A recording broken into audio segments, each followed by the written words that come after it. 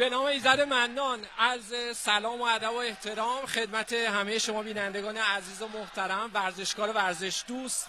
خیلی خوش آمدید به پخش مستقیم دیدار تیم‌های فوتسال گیتپسند اصفهان و آلومینیوم عراق از ورزشگاه پیروزی اصفهان. در خدمت شما عزیزان بیننده هستیم. این دیدار رو چه تیمی خلق خواهد کرد و اولین موقعیت میره گل تبدیل بشه که این اتفاق نیفتاد. ضربه که در آستانه فروپاشی دروازه رفت.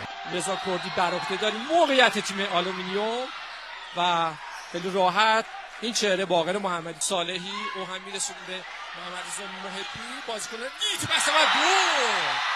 چه بازیکنی گل میزنه محمد حسین درخشانی.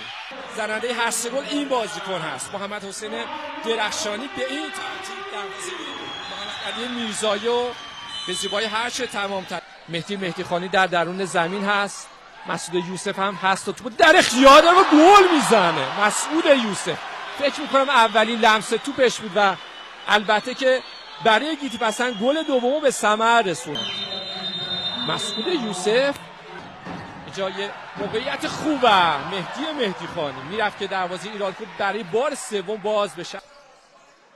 یک موقعیت و این بار ضربه‌ای که کیانوش شیرپور زد و از کنار دروازه ایرالکو تو به بیرون رفت. گیتپسند مقاومت میکنه روی این چند حمله تیم ایرالکو و در نهایت باقر محمدی که رو میرفت که از پیش رو برداره. باز هم بازیکنان گیتپسند و موقعیتی که علیرضا رفیع‌پور زد و در نهایت توپی که مهدی خانی با اختلاف اندک تو به بیرون رفت. خود امیر حسین داوودی بازیکن رو از پیش رو برمی‌داره و گل میزنه. گل سوم برای گیتپسند امیر حسین داوودی.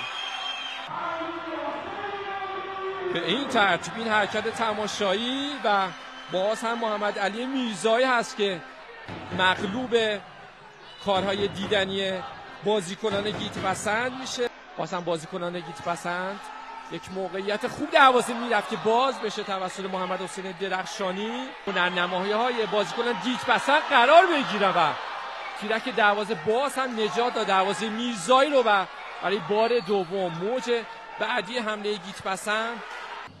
امیدواریم که تو پایان همراه ما باشی. یه نیمه خیلی قشنگ، 3 گل برای گیتپسند، 3 گل دیدنی، یکی از یکی قشنگتر و زیباتر و ببینید همچنان به دنبال گل‌های بیشتر هم هستند و در ادامه توپی که بهمن جعفری به آسمان زد به همراه داشت یک ضربه دیدنی این بار از امیر حسین داوودی. بازیکنان گیتپسند آیا این اتفاق خواهد افتاد؟ بله، گل چهارم برای گیتپسند و بالاخره این بهداد شیخ احمدی برای گیتپسند گل میزنه.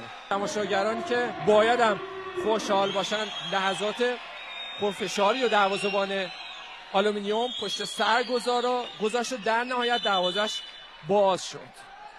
موج پیاپی حملات گیتپسند. یک موقعیت و از کنار دروازه باقر محمدی به بیرون رفت برای بهمن جعفری گیتپسند. یه موقعیت دیگه میتونه به دست بیاد. ببینید طراحی حملات گیتپسند. حالا یه گل دیگه برای اونها به همراه داره. گل برای گیتپسند و زننده گل هم کسی نیست جز این بازیکن و این چهره محمد حسین درخشانی. به این ترتیب به زیبایی هرچه تمامتر دروازه محمد علی میرزایی باز کرد از زاویه نسبتاً بسته.